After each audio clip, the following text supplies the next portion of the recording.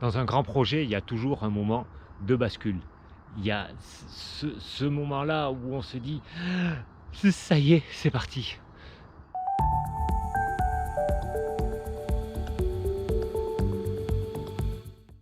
Je ne sais pas si ça t'est déjà arrivé, mais par exemple, un voyage. Tu as l'idée de partir en voyage, de te faire bon voyage, et puis tu te dis: «OK, t'imagines tout ce qui va être bien, puis je vais dans ce pays, et puis oh, je vais découvrir ça, et puis il va y avoir les couleurs, puis il va y avoir les odeurs, puis les rencontres avec les gens, et puis ça va être tellement génial parce qu'en plus des activités, je vais faire ça, je vais faire ça».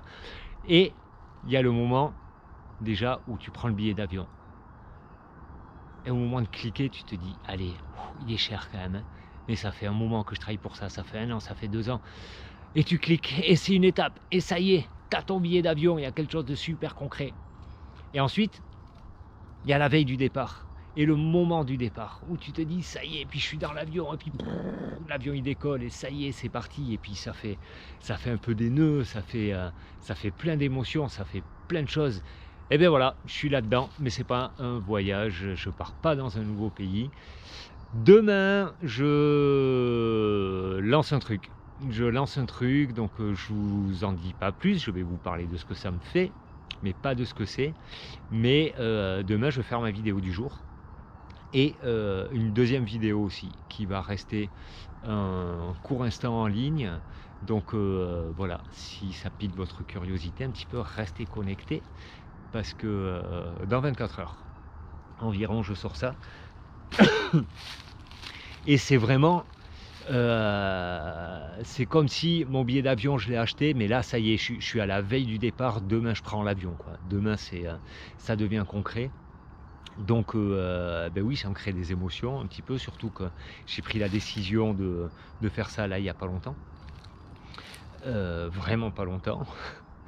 Et donc ce que ça fait, ça crée, en fin de compte, ce que le mental appréhende et empêche d'accomplir le projet. Quand on a un grand projet comme ça va forcément passer par des peurs, ça va passer par des doutes. Je doute, je doute fort pour ce moment de demain, je suis vraiment en stress, mais j'ai des outils. J'ai des outils maintenant où quand je sens que ça part, alors j'y bosse énormément dessus, c'est pas du tout prêt, en fait je viens de prendre la décision, et maintenant il faut que je prépare tout, donc j'y bosse dessus. J'y ai passé beaucoup d'heures aujourd'hui, je vais encore y travailler ce soir, je vais y travailler demain. C'est beaucoup de boulot, et donc parfois ça monte un peu. Alors j'ai cet outil de respiration que je commence à pas mal maîtriser maintenant, qui m'aide à me diriger et à me dire: OK, te laisse pas aller dans toutes ces pensées. Toutes ces pensées-là, c'est des projections que je fais selon mes expériences du passé. Et ça, c'est très important à savoir, parce que ce qui s'est passé dans le passé, c'est pas spécialement ce qui va encore se passer dans le futur. Et c'est même pas parce que ça s'est répété plusieurs fois que ça doit encore se répéter.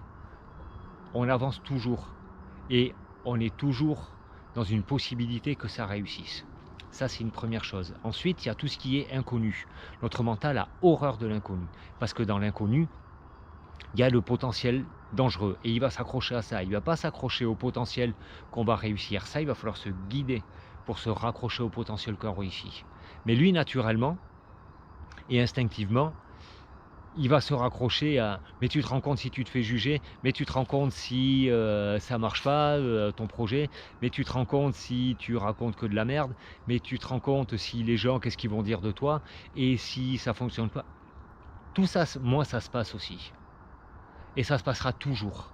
À chaque étape de grand projet, ça se passera toujours. Maintenant, ce qui est possible de faire, c'est pas que ça se passe plus. C'est de dire: ah tiens, c'est maintenant, ça y est. Quels outils j'ai pour dépasser ça? Qu'est-ce que j'ai? Ok, j'ai tous mes outils, je reprends ma liste, j'ouvre ma boîte à outils, je sors l'outil, je l'applique, je pratique. Et ça fait gagner en confiance. C'est pas le fait de faire du développement personnel, c'est pas le fait d'écouter des gens inspirants sur internet, c'est pas le fait de faire des stages, de faire des thérapies, c'est pas que en faisant ça que tout d'un coup on se dit: ah ça y est, j'ai confiance en moi.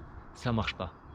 Le fait de faire tout ça, de faire tous ces processus, les écoutes, les thérapies, les coachings, les stages, c'est juste une accumulation d'outils. Mais ces outils, je peux en avoir énormément. Si jamais je les sors pas, ben je pourrais pas. Si j'achète 200 clés de 13, on va dire, pour dévisser mon écrou, et que dans ma caisse à outils, j'ai mes 200 clés de 13, et que sauf que mon écrou, j'essaye toujours de le dévisser à la main, mais ça ne marchera pas. J'aurais beau avoir été dans tous les magasins, acheter toutes les marques de clés ou de tournevis, voilà, ma vis, si j'y vais toujours au doigt, ça ne va pas marcher. Là, c'est pareil. On a beau regarder des gens inspirants, on a beau faire des stages, si tout d'un coup on ne sort pas ces outils, alors ça ne marche pas. La confiance en soi,